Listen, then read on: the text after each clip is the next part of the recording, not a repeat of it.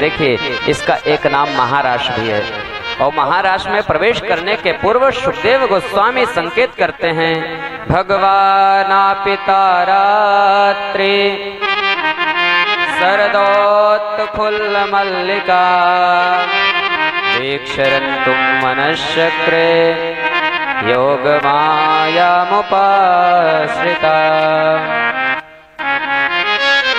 सुखदेव गोस्वामी कहते हैं कि जो आप प्रसंग श्रवण करने जा रहे हैं, कोई मानव का प्रसंग नहीं श्रवण कर रहे हैं आप, ये भगवान आप तारात्रि, आप जो प्रसंग सुनने जा रहे हैं भगवान का प्रसंग है। इसलिए मन में तनिक भी ना तो वासना रखना और ना ही कोई कामना रखना। ये तो परमात्मा का चरित्र है जो आत्मा और परमात्मा के मिलन का समय बताया गया है।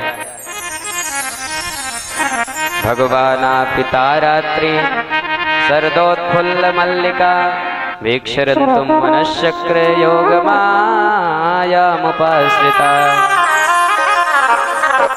शरद पूर्णिमा की रात्रि है, बड़े ध्यान से सुनेंगे। शरद पूर्णिमा की रात्रि है और सुंदर मंद मंद हवा चल रही है। आसमान में पूर्ण रूप में चंद्रमा विराजमान है। आज मेरे परमात्मा अपने घर से निकल करके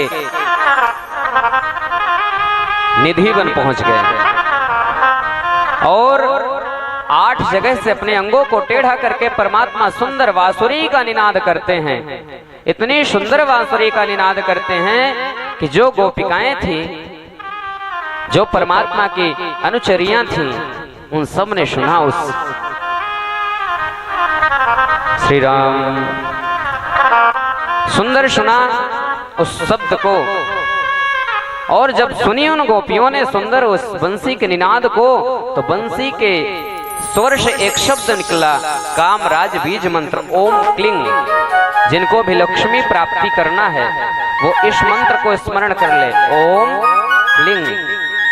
ये कामराज बीज मंत्र है। समस्त कामनाओं की पूर्ति के लिए परमात्मा ने स्वयं अपने बांसुरी से इस मंत्र को प्रकट किया है, इसलिए इसका नाम कामराज बीज मंत्र है। बांसुरी से जब ऐसी ध्वनि निकली, सारी गोपियों ने उस ध्वनि को सुना। और जब सारी गोपियां सुनती हैं तो कोई गोपिका काम कर रही हैं, कोई गोपिका श्रृंगार कर रही हैं, कोई गोपिकाएं अपने पति के लिए भोजन बना रही हैं, कोई गोपिकाएं अपने बच्चों को सुंदर स्नान करवा रही हैं। जैसे ही उस बांसुरी को सुनी, सारी की सारी गोपिका बावरी हो गई, पागल सी हो गई। अरे भागवत जी में तो ये भी लिखा है कि जो गोपिकाएं श्रृंगार कर रही थी, आंखों में लगाने वाला काजल पांव में लगाने लगी, अब पांव में लगाने वाला महावर आंखों में लगाने लगी, होठों में लगाने वाली लाली गालों में लगाने लगी, और गालों में लगाने वाला पाउडर होठों में चिपकाने लगी। पति देव के लिए भोजन बना रही थी और बछड़े के लिए खिचड़ी बना रही थी, खिचड़ा। तो पति देव को खिचड़ा दे दी और जो बच्चा था गाय का उसको भोजन प्रदान कर दी। कोई सास के पांव दबा रही थी, दबाते दबाते गले तक पहुंच गई। अरे उल्टे कर श्रृंगार गोपिया बंसी बट को धाई। अरे मेरे परमात्मा इतने सुंदर बंसी बजाए, उस बंसी की ध्वनि को सुन करके आज गोपियों से रहा ना गया। सारे कामों को छोड़ करके एक तरफ रख दी और जाने के लिए उद्यत हुई। कई गोपिकाएं तो जाने लगी, लेकिन एकाध गोपिकाओं की जो सासू थी, सासू जैसे ही थी। पुराने जमाने की सास ही रहती थी। जब तक 10-20 गाली अपने बहू को दे ना दे, तब तक उनके पेट का पानी नहीं पचता था। अब आजकल तो ऐसी सास नहीं है, आजकल तो अच्छी अच्छी सास हो गई हैं। कुछ गोपियों को कैद कर दिया गया कि तुम नहीं जा सकती। वो गोपिका इतनी योग में अंतर मन हो गई कि योग के माध्यम से अपने शरीर को यही स्थूल रूप में छोड़ करके सूक्ष्म रूप में परमात्मा के पास पहुंच गई। सारी गोपिकाओं को आता हुआ मेरे परमात्मा देखे, कहने लगे, गोपिकाओं स्वागतम भो महाभाग। हे देवियों, आपका स्वागत है। प्रियम किम करवाणि वह ब्रजस्यानामयं कश्चित् ब्रूतागमन कारणम। सबसे पहले कन्हैया सबको कहते हैं, हे देवियों आपका स्वागत है। अरे किसी को बुलाए हो और आ करके जब वो आ जाए तो ये बोल दो कि हे देवियों आपका स्वागत है। कितनी प्रसन्न गोपिकाएं हो गई, परमात्मा ने बुलाया और स्वागत कर रहे हैं। उसके बाद परमात्मा एक शब्द बोलते हैं, ब्रजस्यानामयं कश्चित् ब्रूतागमन कारणम। हे देवियों आपका तो स्वागत है, लेकिन आई क्यों हो? अब कोई हमको अपने घर में बुलाए, हम उनके घर पहुंच जाएं, बोले कि महाराज आए क्यों हो, क्या काम है? तो सारा जो भाव था वो तो नष्ट हो जाएगा।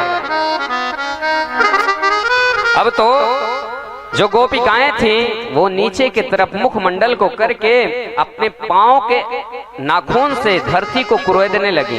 अच्छा, आंसू भी दो प्रकार के होते हैं। वास्तव में जब कोई रोएगा ना तो उसके आंसू गर्म रहेंगे, और जो दिखावा करेगा उसके आंसू गर्म नहीं रहेंगे, उसके आंसू ठंडे रहेंगे। आज गोपिकाएं नेत्रों से आंसुओं को प्रहार कर रही हैं, आंसू बह रहे हैं गोपिकाओं के पांव से नीचे धरती को कुरेद रही हैं गोपिकाएं। कन्हैया कहते जा रहे हैं, देवियों पति से लड़ाई हो गई है क्या, जो घर को छोड़ करके आ गई? बाजे रे मुरलिया बाजे बाजे रे मुरलिया बाजे बाजे रे मुरलिया बाजे बाजे रे मुरलिया बाजे बाजे रे मुरलिया बाजे। हरे हरे बास की बजरे मुरलिया, हरे हरे बास की बजरे मुरलिया। दरन कर में की तेरे अगुलिया, रम मरम का छोरे अगुलिया। चंचल चतोरे अगुलिया जिस पैरो, चल कर चतुरो अंगुलिया जिस पर कनक मोदलिया बाजे बाजे रे मोदलिया बाजे बाजे रे मोदलिया बाजे बाजे रे मोदलिया बाजे बाजे रे मोदलिया।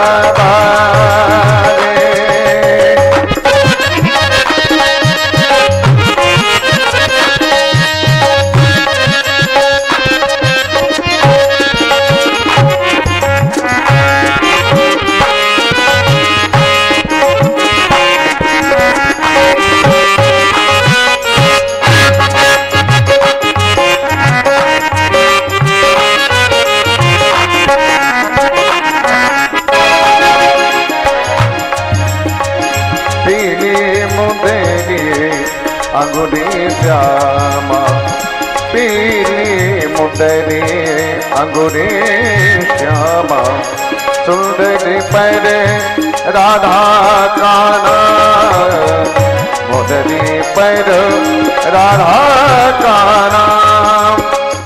आकर दीखे सुने मधुर स्वर, आकर दीखे सुने मधुर स्वर।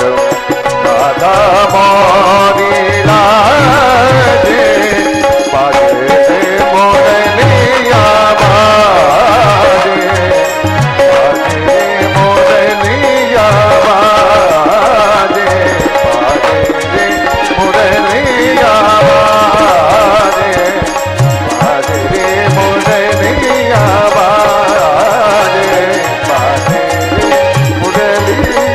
बाजे बाजे मुरलिया बाजे।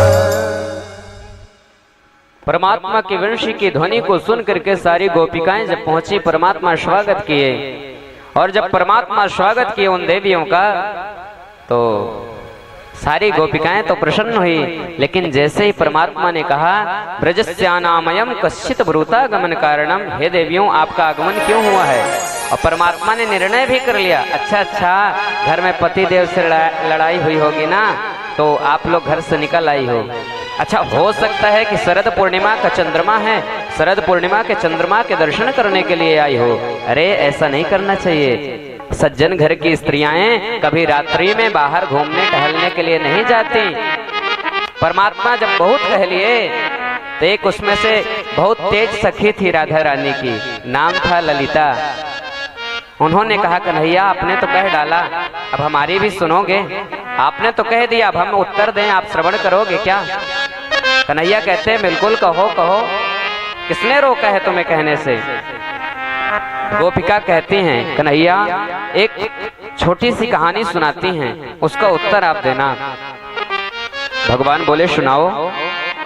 गोपी कहती हैं कि कन्हैया एक बात बताओ, एक दंपति हैं, पति और पत्नी आपस में बहुत प्रेम करते हैं, इतना प्रेम करते हैं कि पति पत्नी के बिना नहीं रह सकता और पत्नी पति के बिना नहीं रह सकती, लेकिन पत्नी बहुत सती है, इतनी सतीत्व है उसके अंदर कि अपने पति को बिना भोग लगाए भोजन नहीं ग्रहण करती है, अपने पति के बिना चरण दबाए कभी शयन नहीं करती है, सोती नहीं है।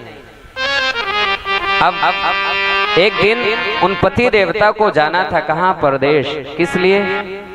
अब दाम्पत्य जीवन है तो कुछ धन अर्जित भी करना पड़ेगा, तो धन अर्जन के लिए पति देव चले जाने लगे विदेश। तो पत्नी कहती है मैं आपके बिना जीवित कैसे रहूंगी, आपके बिना मेरा जीवन कैसे व्यतीत होगा, मुझे बताइए। तब वह पति देव कहते हैं कि देवी मैं जा रहा हूं, लेकिन प्रतीक के रूप में मैं तुम्हें अपनी मिट्टी की सुंदर मूर्ति दे जाता हूं। जब तक मैं ना आऊं तब तक इस मिट्टी की मूर्ति की तुम सेवा करना, इनकी पूजा करना, इन्हें ही भोग लगा करके भोजन ग्रहण करना और इन्हीं के चरणों को नित्य सेवा करना। पति चले गए और समय व्यतीता। वो जो पत्नी थी प्रतीक मूर्ति की पूजन करने लगी, मिट्टी के मूर्ति की रोज पूजन करने लगी, उनको भोग लगाती तो भोजन करती, उनकी पूजा कर लेती, तब स्वयं अन्य कार्यों को करती, रात्रि में सोने के पहले वही मिट्टी की मूर्ति के चरण दबाती थी। एक दिन की बात है कन्हैया, वो जो पत्नी थी पूजा कर रही थी मिट्टी की मूर्ति की, उसी समय पति आ गए। वास्तविक जो पति थे पति आ गए, अंदर से दरवाजा बंद है, बाहर दरवाजा खटखटा रहे हैं पतिदेव। कन्हैया एक बात बताओ, उस पत्नी को क्या करना चाहिए? वह मिट्टी के पति की सेवा करे, जो पूजा कर रही थी उसकी पूजन करनी चाहिए, या कि फिर जाकर के दरवाजा खोले? कन्हैया बोलते इसमें पूछने वाली कौन सी बात है, अभी तक जो मिट्टी का पति की सेवा कर रही थी, वास्तविक पति आ गया तो जाकर के उनका स्वागत करे। वो सारी गोपिकाएं हाथ जोड़ करके कहती हैं कन्हैया तुमने ही तो मिट्टी का बनाया है हम सबको, क्षिति जल पावक गगन शमीरा, पंच रचित यह अधम शरीरा। कन्हैया तुमने ही हम सबका निर्माण किया है, और ये माटी के जो पति हमको दे दिए हो ये भी तो वास्तविक भी नहीं है ना, ये तो कभी भी जा सकते हैं यहाँ से, वास्तविक तो सिर्फ तुम हो। और जब मिट्टी के पति तुमने दिए थे और जब तुम स्वयं जगत पति आ गए हो तो हमारा क्या कर्तव्य बनता है? इन मिट्टी के पतियों को एक किनारे रख करके जगत पति से अपना नाता जोड़ लेना। हमारी क्या गलती है कन्हैया, हम तुम्हारे पास आ गए तो हमारी क्या गलती है? और हम नहीं चाहते कि तुम किसी भी प्रकार से तुम्हारा अपमान हो, हम तुम्हें जरूरी नहीं समझते कि तुम्हें दूसरे संबंध से अपना संबंध स्थापित करें, हम तो सिर्फ तुमसे प्रेम पाना चाहती हैं, चाहे तुम भाई के रूप में दो, पुत्र के रूप में दो, पिता के रूप में दो या मित्र के रूप में दो, कोई पति पत्नी का संबंध हम तुमसे नहीं चाहते हैं कन्हैया। कन्हैया को समझ में आ गया कि जितनी गोपिकाएं हैं ना ये महाराष्ट्र की भागीदारिणी है, और परमात्मा मेरे महाराष्ट्र में प्रवेश करने के लिए सारी गोपिकाओं को एकत्रित कर लिए, और उस पूर्णिमा की रात्रि को ही परमात्मा मेरे महाराष्ट्र प्रारंभ किए।